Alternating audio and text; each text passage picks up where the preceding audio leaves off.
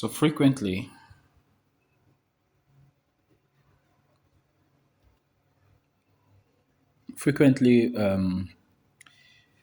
we are interested in situations. This is how to sell situation. No, in situations where the outcome are the different ways in which the different ways in which a group of objects a group of objects could be arranged.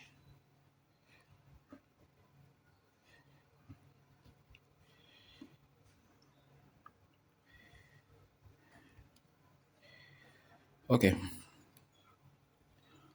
so whenever the order of arrangement of the outcomes is important, right? We we are already drifting into the concept that we call permutations, right? Different. Now, I'll give you some example here. We might want to know, right? We we might want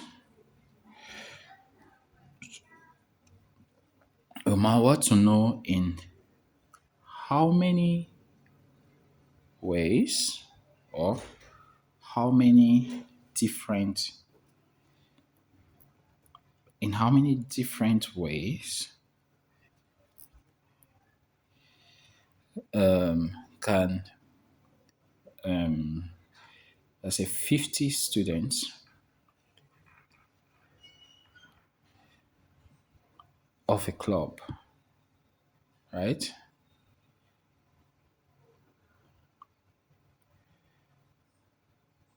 50 students of a club elect a president.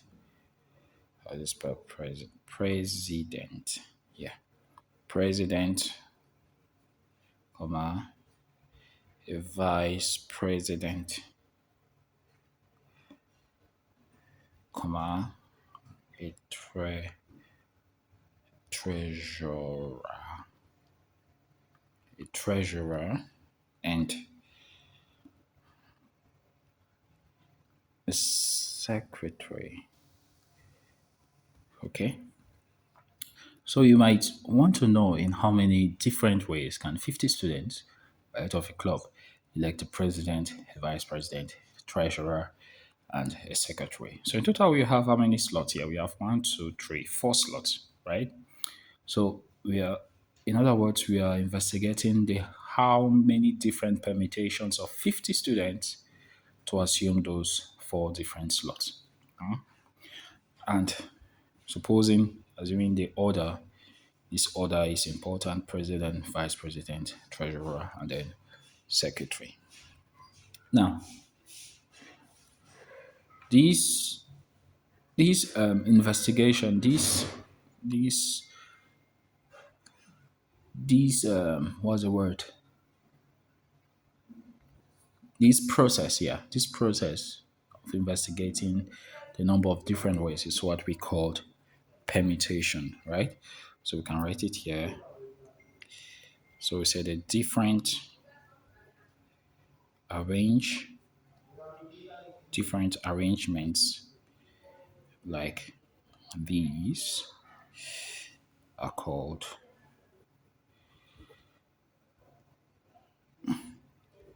permutations. Yeah. So this is introduced, in other words, what we are going to focus on in this third period, which is permutations. Now, we'll start by definition. What is a permutation? So what is permutation? Permutation is just a unique arrangement of n elements or n different members of a set. Okay, so we can say permutation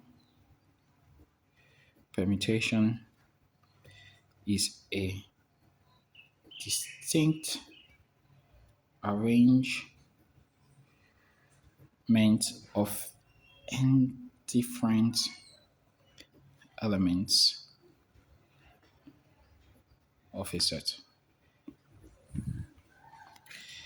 So basically, if you have a set, let's say S, that consists of n different elements, right? So permutation is just a different possible arrangement of the set S, right? So for instance, we could have the possible arrangement is the first possible arrangement we can say could be x1, x2, x3 to xn. Second possible arrangement could be x1, x3, x2 until xn. The third possible arrangement could be x1, x4, x2, continue like that, xn, okay, and so on. So there are basically a whole different arrangement. Obviously, this arrangement of the members of this set of S is different from this arrangement and is different from this arrangement, right? So suppose now that you don't want to permute the whole set. You want to permit a subset of the whole set, or just like in the case of the 50 students electing four different students for the position of president, vice president, what's that, treasurer, and secretary. So let's suppose now we want to permit only four different ways, four different slots, right? You have only four different slots. I want to be able to permit all this much number of members of the set. So this is basically what permutation is all about. So let's say so if we have four slots, just for the sake of argument, now we could ask ourselves, in how many ways can these four slots be filled by each of the members of this set, right? We could have x1, x2, x3, x4. That's one way. That's one arrangement, right? And there are other possible arrangements of these four members that I just listed. But they are not the only members of the set. There are so many different members. So see, there are so much ways. There are several ways of arranging four students into these four different positions where we have president, vice president, we have treasurer, and then we have secretary, right? Now, that's just that. So first, before we look at this into more details, we are going to, let me give you an example. So look at example one. Example one is obviously say, okay, how many permutations, how many permutations are there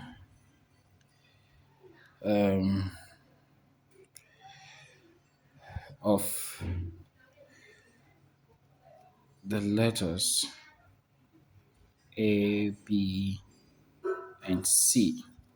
So how many permutations are there of the letters A, B, and C? Solution. So we wish to permit these three letters. So we have the first three letters of the alphabet and the possible arrangement. What are the possible arrangement? The possible arrangements are we have A, B, C, right? The trivial order. Then we have A, C, B if we permit B and C. and we have B, A, C, right? And we have B, C, A. Then we also have a C, A, B, and C, B, A. If you notice, the first slot, I fixed it. In this case, I fix A, here I fix B, and here I fix C, and I permitted the other two slots. So these are the possible arrangements, right? These are the possible arrangements. What do you notice?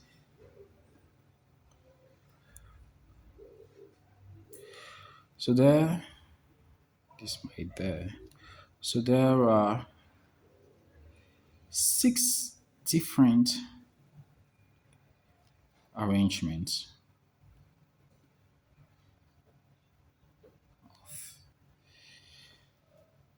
The letters A, B, and C. Okay? So there are six different arrangements of the letters A, B, and C.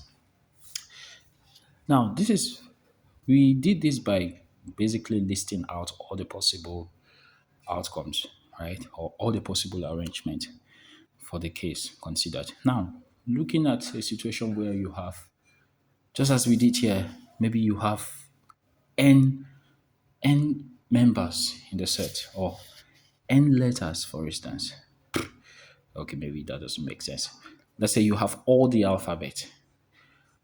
It will be very cumbersome to list out, just as I did here, all the possible outcomes. So we need a better way to get the work done faster. And here is it. We are going to invoke here theorem 2, right? The generalized form of the principle of multiplicity of choices. Recall that we said in that theorem that if an operation can occur in k if an operation has k steps, right? If an operation have k step such that the first step can be done in n1 ways, and for each of those first step, the second step can be done in n2 ways, and for each of the first two steps, the third step can be done in n3 ways, and so on until we get to the last case step.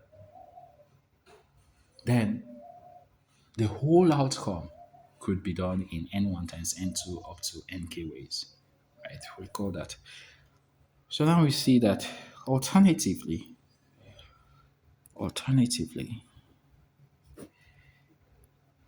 by theorem 2, first, how many slots do we have in this case? We are trying to arrange three letters, right? We have basically three slots, three slots. So this will be the first letter, this will be the second letter slot, and here will be the third, the last letter slot. Now, the operation in this case is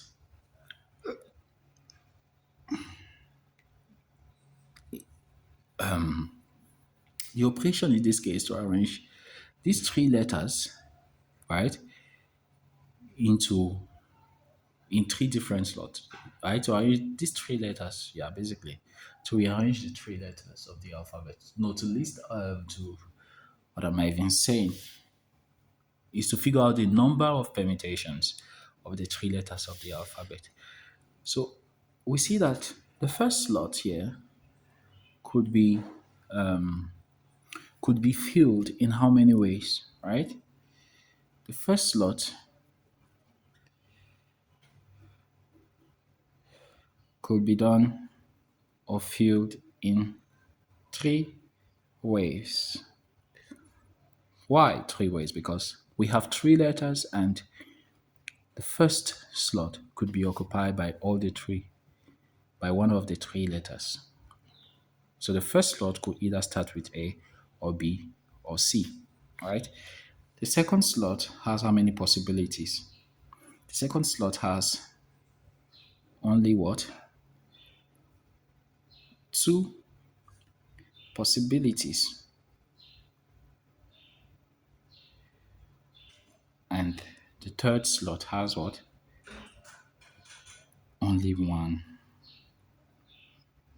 possibility.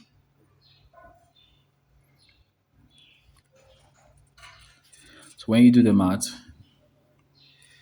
you see that we have n1 to be equals to 3, n2 to be equals to 2, and n3 to be equals to what? 1. Thus,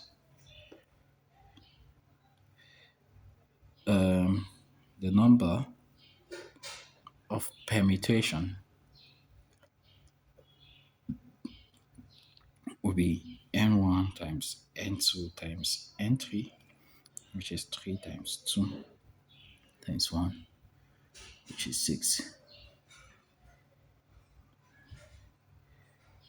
6 ways 6. Yeah, so 6 permutations.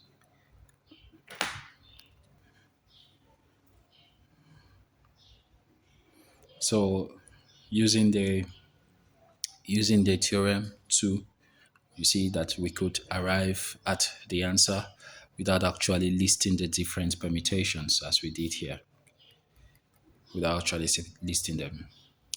Since this is because since there are three choices to select, a letter. There are three choices to select a letter for the first position, two choices to select a letter for the second position, one only one letter is left, and that goes for the third position, right? That's only one letter choice is left basically. If after we've selected the first and the second, right? So the total number of permutation is obviously 3 times 2 times 1, which is 6. Now we could generalize this.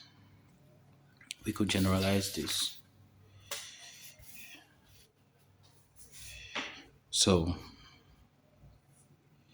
generalizing the argument used in the example, right?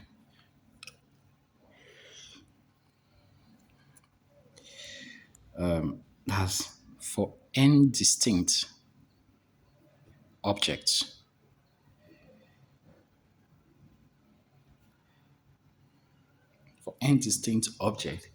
right?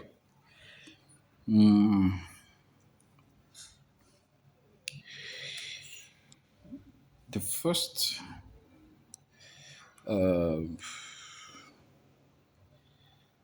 number of permutation, let's say the first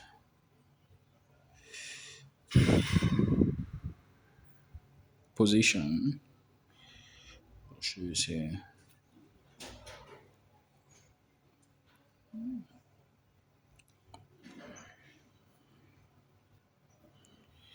the first position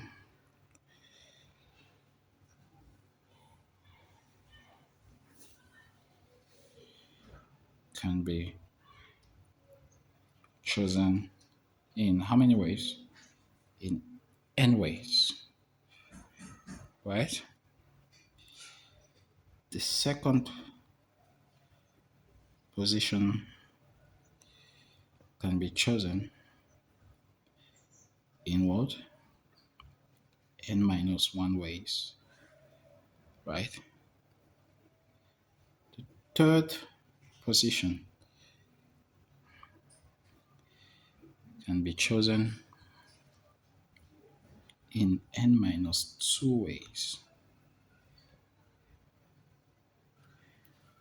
and so on. Okay.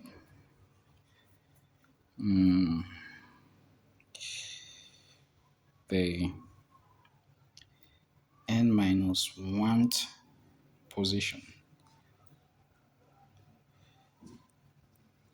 can be chosen in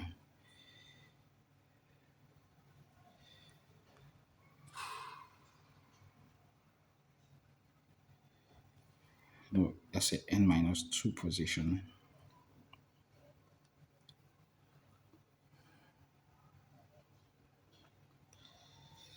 be chosen in two ways. In two ways. Yeah. Why is it so? Well, it's actually the number of ways minus the number of position, which is n minus 2. We have two ways. The n minus 1th position can be chosen in one way.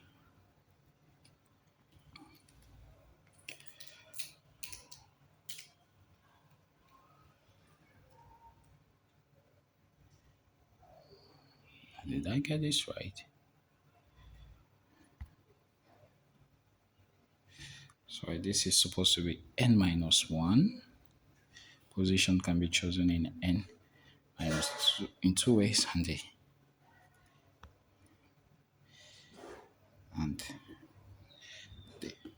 nth position can be chosen in one way because this would be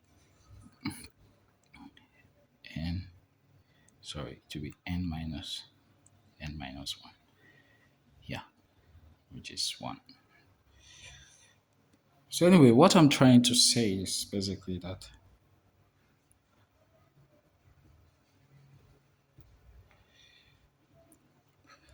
I'm trying to say is that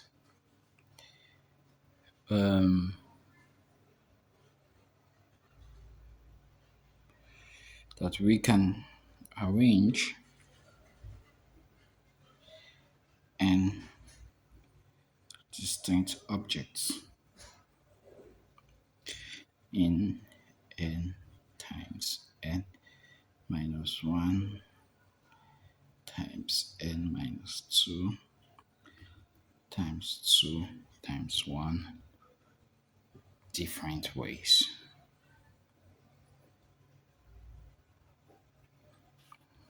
Okay? Now to simplify this, we use the notation n factorial to mean n times n minus 1 times n minus 2 times continue like that till times 3 times 2 times 1. Okay? That's n factorial. And we define 0 factorial to be equals to what? 1. Good. So the theorem follows immediately. Theorem 3, which states that the number of permutations of n distinct objects, right, is n factorial.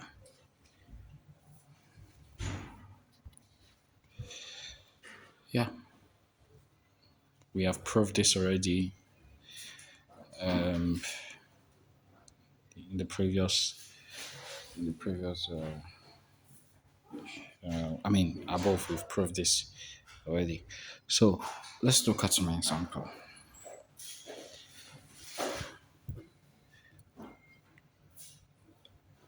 In how many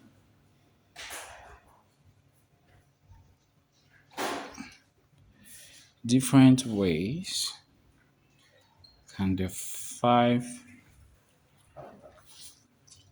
starting players of a basketball team be introduced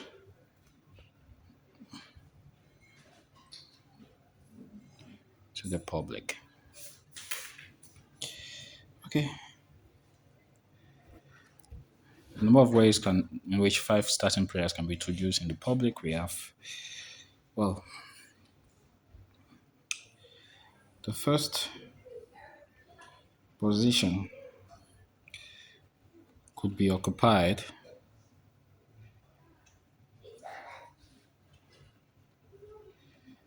in how many ways? Five ways, right? The second position could be occupied in what?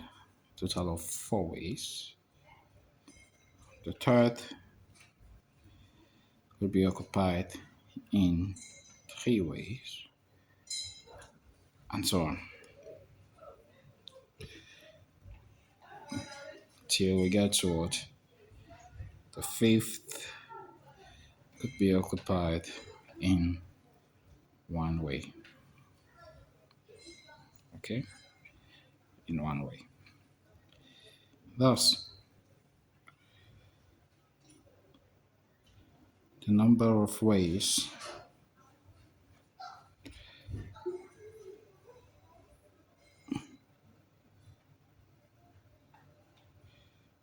the players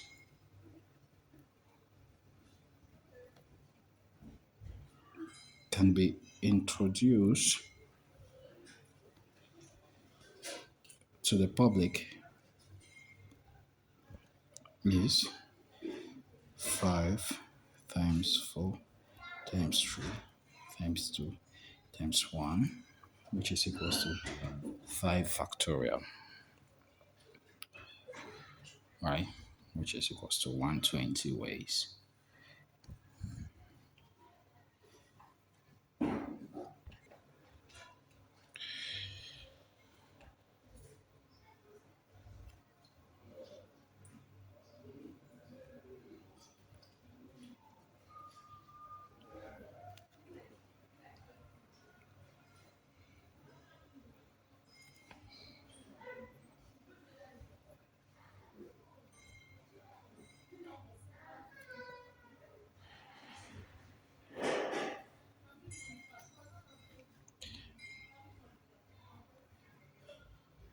Okay, we are to find the number of permutations of four letters A, B, C, and D.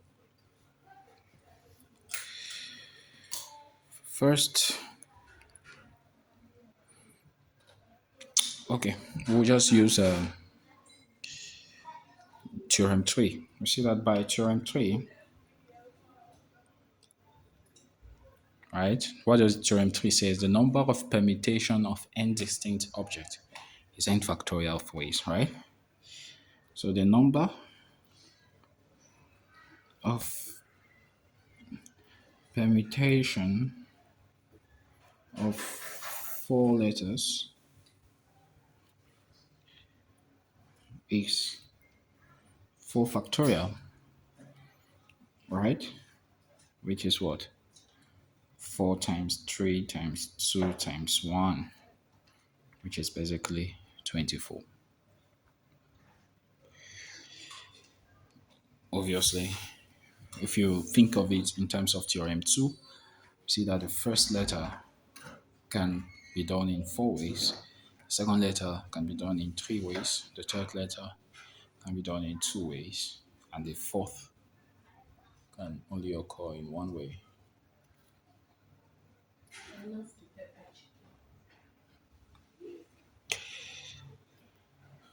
Okay,